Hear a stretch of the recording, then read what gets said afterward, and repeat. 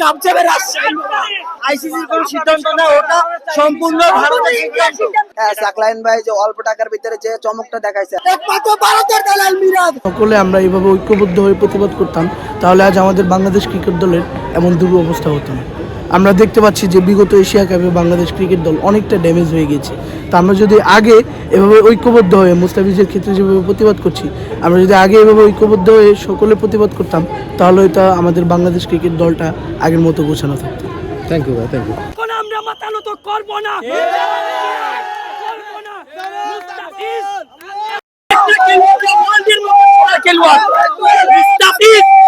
বাংলাদেশের মতো একটা বাংলাদেশে মুস্তাফিজের মতো একটা প্লেয়ার যে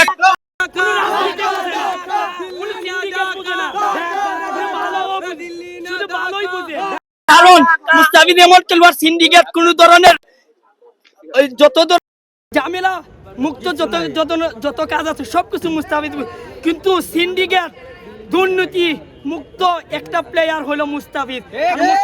দেখে অনেক আমাদের মতো মানুষের, আমাদের মতো ছেলেরা খেলার প্রতি আগ্রহ বাড়ে, খেলা শিখতে মন চায়, খেলার স্টেডিয়ামে আসতে মন চায়। কারণ মুস্তাফিজ যখন আইপিএল খেলে, বিভিন্ন আইপিএল খেলেছে, তারপর আপনার বাংলাদেশে খেলে আইএল টি20 খেলেছে, সর্বোচ্চ 15টা উইকেট নিয়েছে তার দুবাই ক্যাপিটালসের মধ্যে, ভালো খেলছে। তারপর মুস্তাফিজ আপনি যদি হিসাব করুন পুরো ওয়ার্ল্ডের মধ্যে, যদি আইসিসি র্যাঙ্কিং শুনছি যে 20 জনের মাধ্যমে একজন হয়েছে মুস্তাফিজুর রহমান।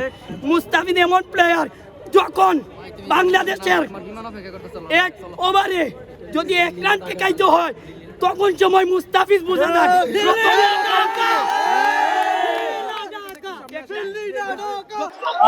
আসলে কারো উপর দোষ চাপিয়ে কোনো, আমি মনে করি কোনো লাভ হবে না, যেহেতু ম্যাচটা হেরে গেছে। বাট সবাই চেষ্টা করেছিল ম্যাচটা হারার জন্য, সবাই হারার জন্য আসলে কি খেলে না, শুধু জিতার জন্য খেলে। কিন্তু যে আসলে সবার কপালে একটা হার জিত থাকে খেলার মাঝে। সো আমি কারো উপর দোষ দিতে চাই না। সো অবশ্যই খারাপ লাগতেছে ম্যাচ হেরে গেছে, বাট আমরা চেষ্টা করবো সামনে আরো স্ট্রংলি কাম করার জন্য।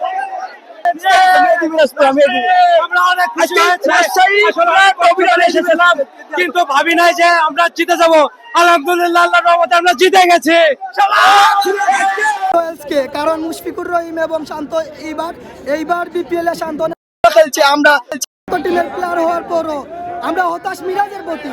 আমরা রাজশাহী অনেক ভালো খেলা উপভোগ করে দিচ্ছে এবং ভালো খেলছে, এবং ওরা জিতছে। শুভকামনা রইল। এবং ভারত সম্পর্কে বলতে চাই যে ভারত আমাদের মুস্তাফিজুর রহমানকে নিরাপত্তা দিতে পারে নাই। একজন হ্যাটার্স মুক্ত ক্রিকেটার মুস্তাফিজুর রহমান ওর নিরাপত্তা দিতে পারে নাই। ওরা কিভাবে আমাদের বাংলাদেশ টিমের 11টা প্লেয়ারের নিরাপত্তা দিবে? আজকের ম্যাচটা অনেক ভালো লেগেছে, অনেক আনন্দ পেয়েছি। আজকের ম্যাচটা অনেক সুন্দর খেলেছে। আমার মনে হচ্ছে মেহেদী হাসান মিরাজ যদি সঠিক সময় নামতো, যেমন উনি 4 নম্বর বা 5 নম্বরে নামেন, তখন মুইন আলী ওনারা হিট করতে পারতেন। ওনার জন্য পারে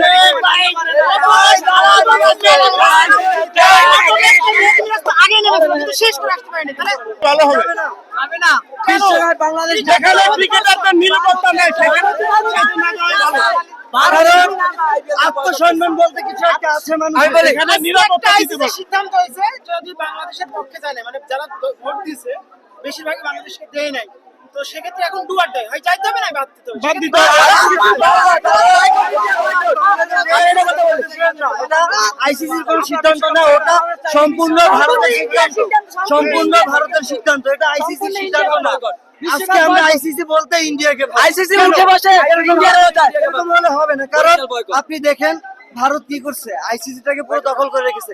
যদি দালাল থাকে দালাল ভালো, ওরা ও হচ্ছে 11 জনের একটা স্কোয়াড করে গিয়ে হয়ে যায় ইন্ডিয়া খেলুক, তাহলে আমাদের কোনো আপত্তি নেই। আমরা বাংলাদেশ খেলা দেখবো না, সমস্যা নেই, দালাল গিয়ে খেলুক। আর ওই টিমের পরিচালক থাকবো আমি ইকবাল। সাকলাইন ভাই যে অল্প টাকার ভিতরে যে চমকটা দেখাইছে, আশা তার থেকে দ্বিগুণ টাকা দিয়ে যাদের কিনতে, তারা সেই অনুযায়ী খেলা দেখাতে পারে নাই। এজন্য আশা করি সাকলাইন ভাইকে ভবিষ্যতে জাতীয় টিমে চান্স দেওয়া, কিন্তু তাই বলে চান্স দেওয়া বলে এই জন্য না, একবার উপরে উঠে দেখ, তারা খেলাটা যাতে ধারাবাহিক যদি থাকে তাহলে যেন সুযোগ দেয়। কারণ প্রথম যদি একটা প্লেয়ারের সুযোগ দেওয়া, তাহলে তার একটা আমাদের বাংলাদেশে ক্রিকেটার আছে অন্য দেশের থেকে আমাদের বাংলাদেশের ক্রিকেটারদের সুযোগ পেলে তাদের দিমাগ বড় হয়ে যায় এবং তাদের মান সম্মান অনেক হাই লেভেলে যায়। তখন খুবই ভালো লাগতেছে। রাজশাহীর আমরা যে ফ্যান হিসাবে রাজশাহীকে অলওয়েজ সাপোর্ট করব। মামুর ব্যাটার অবশ্যই কাপ নিবে। রাজশাহীর লোকাল কাকে লাগতে কাকে লেগেছিল, রাজশাহীর লোকাল লোকালে কি খেলে দিয়েছে কিনা? জি, লোকাল অবশ্যই সিলেটকে খেলে দিয়েছে। কারণ হচ্ছে রাজশাহী দেখেন দুর্দান্ত একটা দল, শুরু থেকে আমরা টানা জয়ের মধ্যে ছিলাম, কিছুটা আমাদের ভুল ভ্রান্তি ছিল। নেক্সট ম্যাচে ফাইনাল ম্যাচে আমরা অবশ্যই আমরা ক্যাপ্টেন চাই না।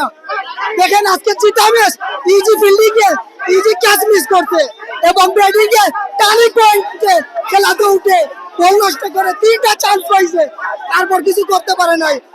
ওর ম্যাচটা ডুবাইছে একমাত্র ভারতের দালাল মিরাজ, ওর কারণে আজ আমরা এই ম্যাচটা ডুবছে। আমরা সিলেট টিমের প্রতি প্রচেষ্টা, আমরা সিলেট টিমের মালিক ভাই চৌধুরীকে শুভেচ্ছা জানাই। আগামী বছর আরো ভালো টিম যাতে করে আমরা আশাবাদী, কিন্তু মিরাজের মতো ক্যাপ্টেন যেন, মিরাজের মতো ক্রিকেটার যেন পরবর্তীতে আমাদের দলে আর চাই না। তো শুক্রবারে তাদের সাথে খেলা আছে, দেখা হবে মাঠে, আমাদের উইলিয়ামসন আছে।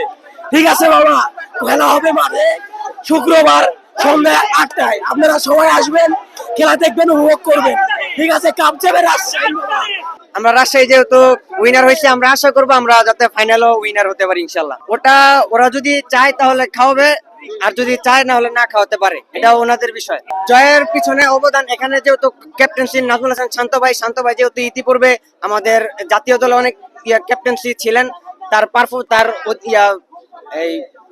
তার হচ্ছে ভালো পারফরমেন্স এক্সপিরিয়েন্সের জন্য, যে এখানে তারও এক্সপিরিয়েন্স আছে। তারপরে কমিটি মানে ম্যাচম্যানদেরও অনেক আছে এখানে, তাদের সব মিলিয়ে একভাবে একটি ভালো একটি এনজয় হয়েছে। উইলিয়ামসনকে তারা বিদেশ থেকে এনেছে, এটাও তাদের ভালো একটি ছিল।